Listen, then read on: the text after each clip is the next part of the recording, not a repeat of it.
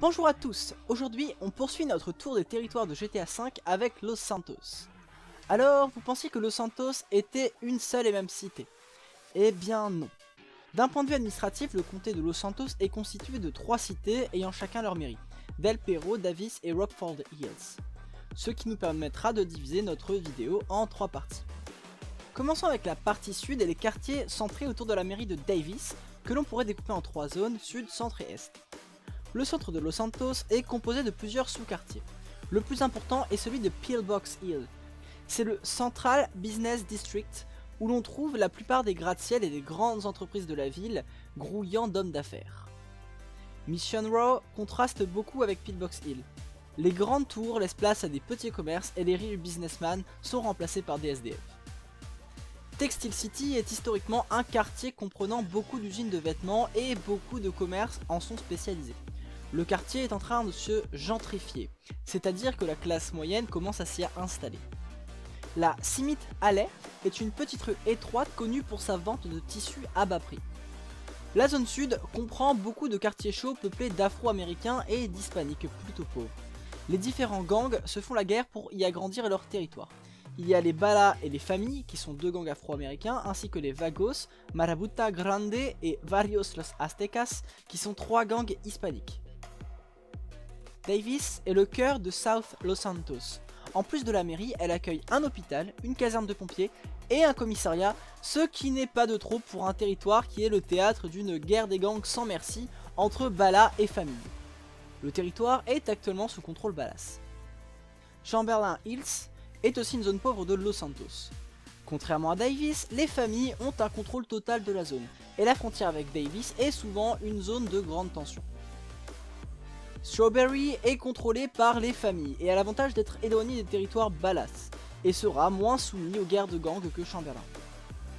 Plus au sud, on trouve Banning, qui est une zone industrielle et la partie la plus reculée du port de Los Santos qui s'étend sur tout Elysian Island. Le port de Los Santos est principalement contrôlé par Merryweather Security, qui est une police privée souvent utilisée par le gouvernement. Le quartier de Rancho est en proie à une guerre des gangs entre les Vagos, qui contrôlent la plupart du quartier, et les Aztecas, qui contrôlent le nord du quartier. De l'autre côté du fleuve, tout l'est de Los Santos est principalement constitué d'usines et d'entrepôts. On trouve tout d'abord Cypress Flats, constitué d'un grand nombre d'entrepôts et de quelques usines. Au centre, on peut y trouver quelques Vagos. Le nord de Murrieta Heights est composé d'entrepôts. Le sud de forages de pétrole et le centre c'est El Burro Heights, une zone résidentielle un peu à l'écart de la ville et qui est presque un petit village isolé. Ce qu'il y a à proximité, ce sont surtout des entrepôts et des terrains vagues, et les commerces du centre de Los Santos y sont très éloignés. Il est possible que ses habitants profitent des commerces de Mirror Park, dont on reparlera à la fin de la vidéo. La Mesa est un quartier en pleine transition. Elle a pas mal d'usines désaffectées et la population pauvre semble s'y être installée.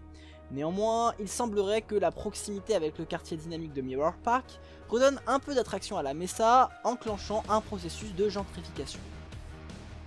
Bon, on a fini avec le tiers sud de Los Santos, passons maintenant au tiers ouest centré autour de Del Perro. Le quartier de Del Perro est connu principalement pour sa grande plage sur laquelle se trouve la jetée des plaisirs et où on y trouve bon nombre de commerces pour les touristes et locaux souhaitant profiter de la plage. Il y a par exemple une grande roue qui permet une vue imprenable sur la mer et son superbe commissariat qui permet une vue imprenable sur le code pénal américain. La seconde attraction du quartier est la promenade de la rue de la Prospérité. Elle est aussi bordée de magasins, beaucoup plus luxueux cette fois-ci, et à une distance un peu plus importante du poste de police le plus proche. Le quartier compte aussi bon nombre d'hôtels luxueux, faisant de Del Perro le quartier touristique de San Andreas. La riche zone de Pacific Bluff et son musée viennent d'ailleurs renforcer cet aspect. Au sud de Del Perro, on trouve le quartier de Vespucci qui contient El Puerto del Sol, un port luxueux et son yacht club. C'est là que les riches amateurs de bateaux se retrouvent. Vespucci est beaucoup plus résidentiel que Del Perro et par exemple les canaux de Vespucci sont bordés de maisons à 2 ou 3 étages permettant d'y accueillir des habitants de la classe moyenne supérieure. Paradoxalement, les bâtiments plus proches de la plage de Vespucci semblent plus denses et accueilleraient des familles de classe un peu plus inférieure à celle des canaux, probablement de classe moyenne. On y trouve également le gang salvadorien Maraputa Grande. Little Séoul se trouve au sud-est de Del Perro. Si on devait résumer le quartier en un mot, ce serait quartier coréen. En effet, le quartier compte bon nombre de commerces coréens, avec des lettres Hangul, c'est l'alphabet coréen, qui se trouvent sur leur devanture. Plusieurs compagnies sud-coréennes ou plus généralement asiatiques y ont installé leurs locaux.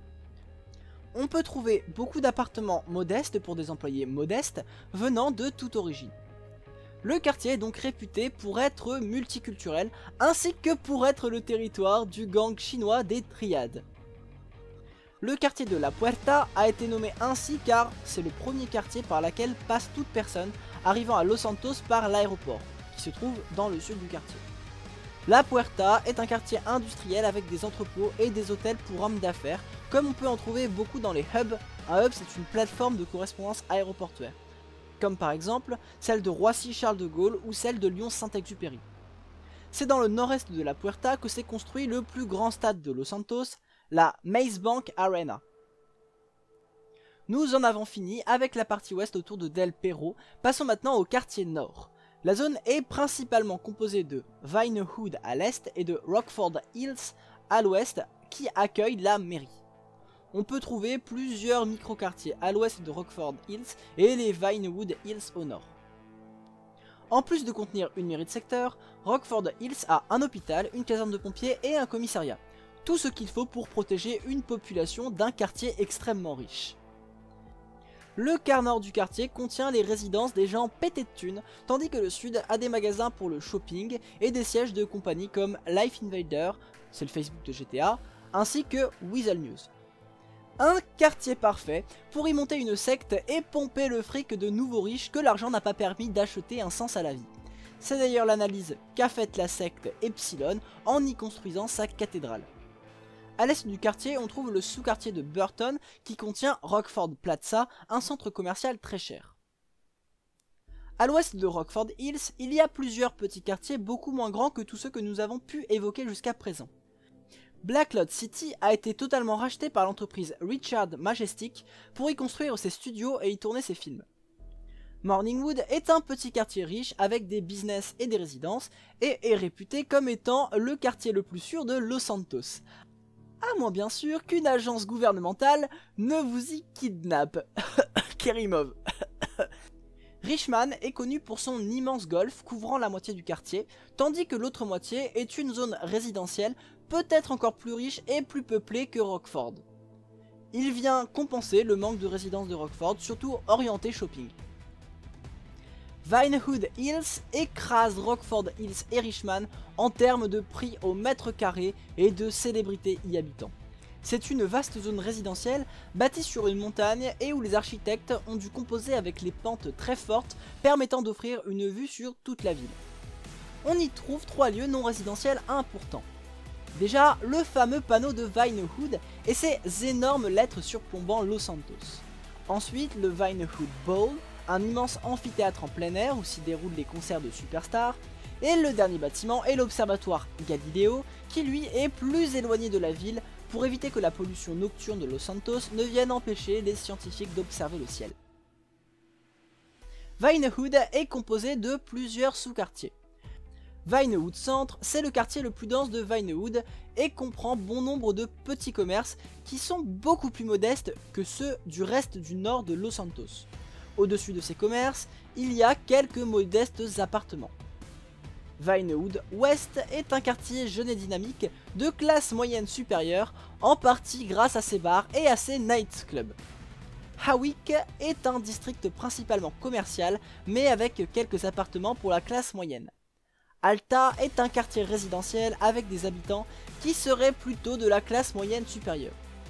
C'est ici que se trouve la mairie générale de Los Santos. Et il reste 2 quartiers bien à part. Tout d'abord, Vinewood Est, séparé de Vinewood par l'autoroute. Le lieu est plutôt commercial et peut se targuer d'avoir un hippodrome ainsi qu'un casino. Il y a aussi un skatepark avec un terrain de soccer.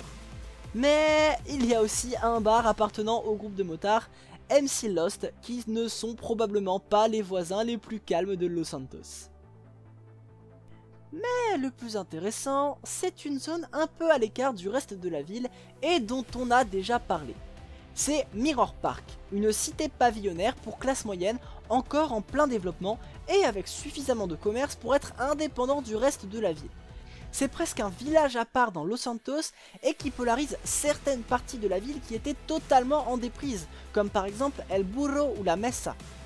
Peut-être que je rentrerai un peu plus dans les détails dans une prochaine vidéo. Bon, concluons cette vidéo par un petit résumé très bref des 3 cités qui composent Los Santos. Davis est la partie la plus pauvre et est soumise à une guerre des gangs. Del Perro est la partie classe moyenne avec tout de même quelques hôtels de luxe sonore. Rockford Hills est la partie des ultra riches où chacun exhibe ses richesses. Bien sûr, c'est un peu plus nuancé que ça, c'est un résumé. Hein. Et puis, si vous m'embêtez, je peux vous en faire un encore plus court. Hein. Nord riche, sud pauvre. Voilà, c'était rapide. Bon, cette vidéo est maintenant terminée. Si ça vous a plu, vous pouvez lâcher un like et vous abonner. Si vous pensez que j'ai oublié un détail intéressant sur un des quartiers de Los Santos, n'hésitez pas à me le dire dans les commentaires.